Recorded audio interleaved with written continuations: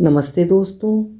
पिछले 20-25 वर्षों से दुबई में हिंदी भाषा के प्रचार और प्रसार में संलग्न शिक्षाविद डॉक्टर आरती लोकेश की लिखी हुई कहानी आज सुनिए। चिर संचित प्रतिकार। मेरी जुबानी। मैं हूँ सीमा सिंह। गिरिजा, आपके बच्चों की फीस कितनी जाती है? अपनी कंपनी के नए नियुक्त मानव संसाधन अफसर जयंत समदर्शानी का ये प्रश्न मुझे अवाक कर गया। बचपन में पड़ोस में रहने वाली सुरजा काकी मेरी आजी से यही सवाल किया करती थी, बहन जी आपकी गोली की फीस कितनी जाती है? वे र को ला कहा करती थी। जाने कोई जबान की तकलीफ रही होगी। उनके अपने पोते को वे लवल पुकारती थी। आज तक समझ नहीं पड़ा कि नाम रवल था या लवर या रवर। इधर मेरी आजी झल्ला जाती, ये बताते बताते कि उनकी पोती गोली नहीं गौरी है।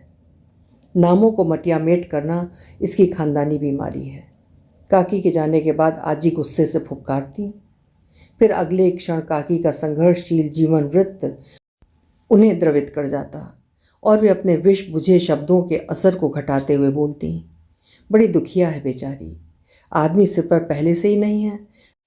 दो पोते जाते रहे, तीसरे को जन्म देते बहू चल बसी। बेटे की दूसरी शादी का भी कोई सुख नहीं, खुद ही पाल रही है पोते को।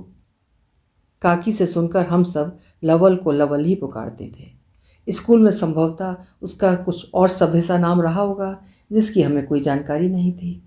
मोहल्ले भर में और किसी को ही कहाँ पता था कि मेरा भी स्कूली नाम गौरी नहीं गिरिजा है। मोहल्ले का कोई बच्चा मेरे स्कूल में नहीं था। लवल मेरे ही दर्जे में था, पर एक दूसरे स्कूल में। अंग्रेजी माध्यम होने के कारण मेरे स्कूल में फीस अधिक थी। गिरजा, अगर आप फीस न बताना चाहो, कोई आपत्ति हो तो जाने दो। जयंत का वाक्य कानों में पड़ा तो जैसे बोलता बतियाता बचपन मुंह पर उंगली रखे चुप खड़ा हो गया। नहीं नहीं जयंत, इसमें आपत्ति वाली क्या बात है? मैंने शिष्टाचारवश कहा। हालांकि निजी जानकारी औरों को देना मेरे उसूलों के खिलाफ था। 15 दिन पहले हमारी कंपनी के एचआर विभाग में आए जयंत से सीधा सीधा अपना नाम सुनना भी मुझे कुछ अखरा था।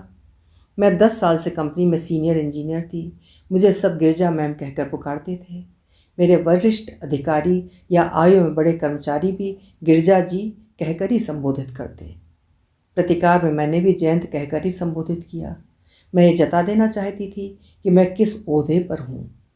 कोट पैंट टाई में आकर्षण का पुतला बना वो सोच रहा होगा कि इस तरह मुझ पर हावी हो जाएगा या घनिष्ठता बढ़ा लेगा, तो इसका ये भ्रम तोड़ना जरूरी है।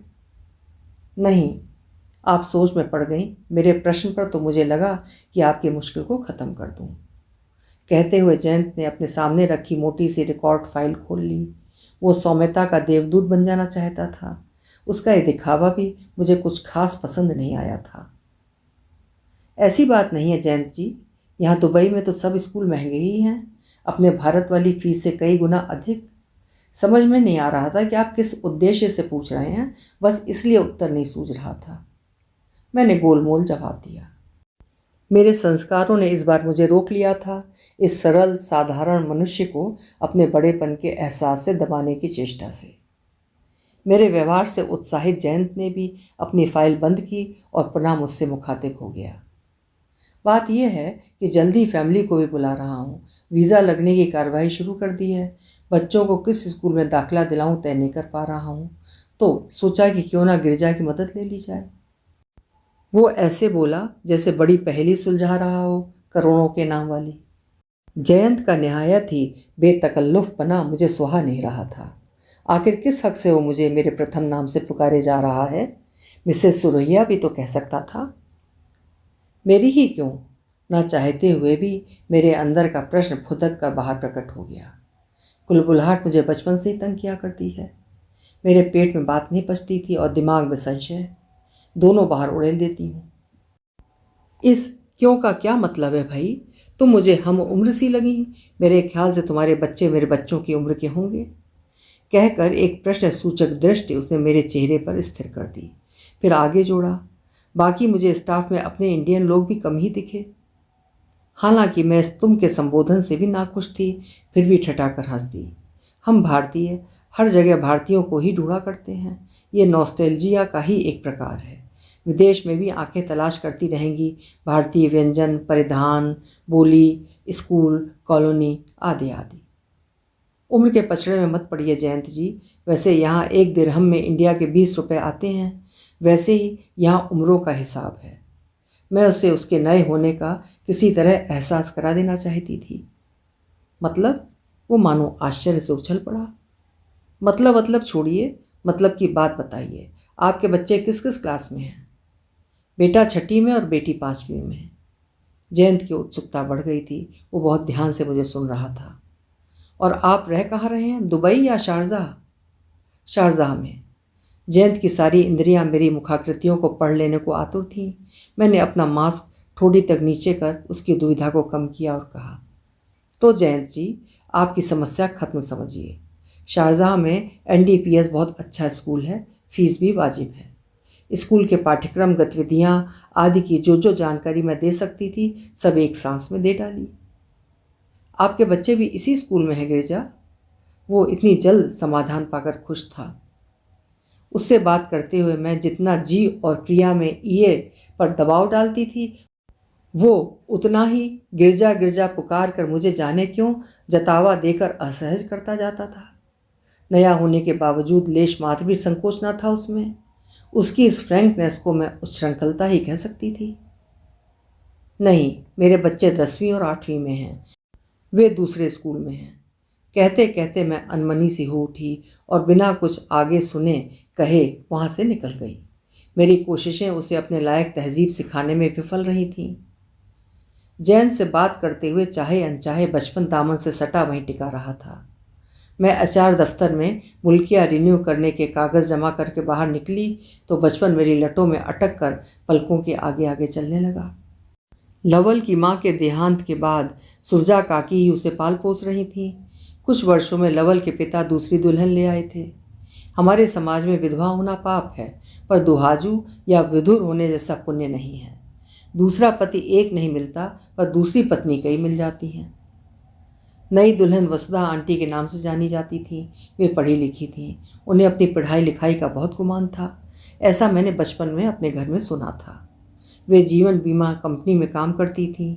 लवल के साथ अत्याचार की एक ना एक खबर रोज ही मिर्च मसाले के साथ पत्तल पर परोस कर आती और पूरा मोहल्ला चटकारे ले लेकर सुनता सुनाता। उन दोनों सुरजा काकी भी घर के बाहर कम दिखाई देती थीं। बात उनके बारे में भी खूब उड़ाई जाती कि कामकाजी बहू ने सास को घर के कामों में झोंक रखा है। मुझे याद नहीं कि मैंने कभी काकी को वसुधा आंटी की बुराई करते सुना हो। हाँ, अब उनका और भी व्यस्त होना स्वाभाविक था। घर में पोती रोजी ने जन्म ले लिया था। मैं और मेरा बड़ा भाई मजाक बनाते, लो जी, काकी के घर में लोजी आई है। हम बच्चे दोपहर में खेलते तो लवल को घर के बाहर सजा में खड़ा पाते। खेल में लड़ते झगड़ते हुए हम बच्चे ठिठक जाते लवल के घर के आगे। हमारी गेंद विरोधी पार्टी के हाथ में चली गई है, ये तक भूल जाते। हमने कई बार पूछा कि उसे किस जुर्म की सज़ा मिली है, पर वो कभी ना बताता। हमारे मुंहों से ये खबर सुनकर दादी नानी पीढ़ी की स्त्रियां वसुधा आंटी को बुरा भला कहती।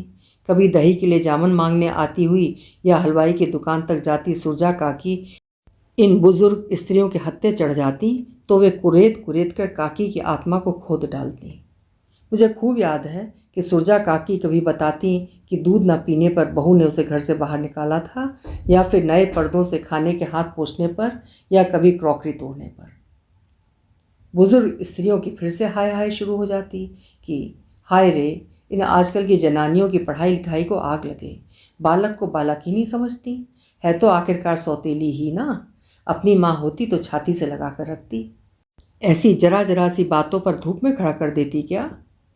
हमें बहुत हैरानी होती कि ऐसी गलतियों पर पिटाई तो हमारे घरों में भी हुआ करती है। फिर वसुधा आंटी का क्या यही दोष है कि वे लवल की सौतेली माँ हैं, या ये कि उनकी दी हुई सजा सूरज की धूप से स्पष्ट दिखती है? बाहर खड़े लवल को कभी करहाता रोता नहीं पाया था। हम अपनी माँओं से पिट कुट कर ही बाहर खेलने जाया करते थे और रोज ही खरोंचों और घावों में लिपटे शरीर को लिए घूमते थे।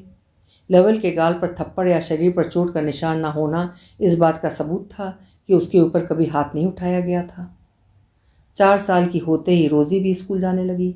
पिछले 5-6 सालों में वसुधा आंटी को पानी पी पी कर पोसने वालों के मुंह पर अचानक ताले जड़ गए जब लवल और रोज़ी दोनों ही घर के बाहर ठंड में ठिठुरते सजा काटते हुए मिलते। घर के दरवाजे अंदर से बंद रहते। अब शापित निबंध, मात्र एक वाक्य, कैसी माँ है यह, तक सिमट गए थे। लेवल की कहानी याद करते करते मैं अपनी सीट पर आ बैठी।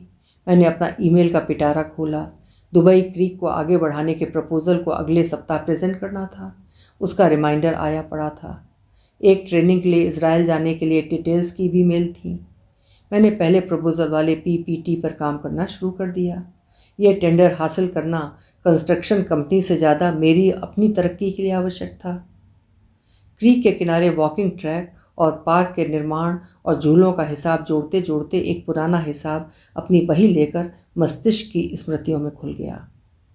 जब से लवल अपनी बहन रोज़ी के साथ सजा काटने बाहर होता तो वो रोज़ी को चबूतरे पर बैठाकर खुद हमारे साथ खेलने आ जाता। रोज़ी चुपचाप बैठी अकेले ही किसी खिलौने या अपनी कांख में दबाई गुड़िया से खेलती रहती। बीच बीच में वो आवाज़ लगाती, भैया, तो लवल तुरंत दौड़ कर जाता और उसकी परेशानी को हल कर वापस आकर खेल में शामिल हो जाता। उन दिनों ही हम बालकों को पता लगा कि सज़ा तो दरअसल रोज़ी को ही मिली है। लवल तो रोज़ी का पक्ष लेने और सहानुभूति दिखाने का आरोपी है। दोनों भाई बहन का अटूट प्रेम देख लोग दांतों तले उंगली दबा लेते। हम सगे भाई बहन जो कि लड़ते लड़ते एक दूसरे के जानी दुश्मन बन जाते थे, अब घर में लवल रोज़ी के उदाहरणों की हंटर खा रहे होते थे। रोज़ के उलाहनों के तमाचे खाकर अंदर ही अंदर मैं लवल से चिढ़ने लगी थी। पिट्ठू फोड़ खेल में एक बार हमारी ज़बरदस्त भिड़ंत हो गई। मैं जीत की ओर थी और अगला दांव खेलने ही जा रही थी कि लवल ने मुझे न जीतने देने के इरादे से कसकर मेरी बाह पकड़ ली। मैं कंचों का टूर्नामेंट भी जीत के चुकी थी। मुझ पर जीतने का भूत सवार था। मैंने बाह छुड़ाने की बहुत कोशिश की, किंतु लवल की पकड़ बहुत मजबूत थी। मैंने आओ देखा न ताओ और उसके शरीर का जो हिस्सा मेरे मुंह के सामने आया दम लगाकर काट खाया। लवल बिलबिला उठा। उसकी उल्टे हाथ की बाजू लहूलुहान हो चुकी थी। मेरे मुंह से उसका खून टपक रहा था। मैं सिर से पैर तक घबरा गई। अपने मुंह में आए उसके मांस के टुकड़े को थूकते हुए अपने घर में भागकर छिप गई। उस दिन पहली बार वसुधा आंटी हमारे घर मेरी शिकायत करने आई।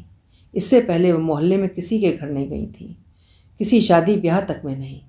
काकी ही सब जगह हाजिरी भर आती थी। आजी के कहने पर मैंने बुझे मन से उनसे माफ़ी मांगी। वे बहुत गुर्राई थीं। लवल उनके साथ उनके पल्लू में दुबका हुआ मुझे मुंह चिढ़ा रहा था। दिल में तो आया कि इसका मुंह नोच लूँ। फिर दोबारा खेलने लड़ने किसी का भी मौका न मिला। पिताजी का तबादला होने से हम दिल्ली चले आए और फिर तुराब नगर के इस मोहल्ले में कभी जाना नहीं हुआ।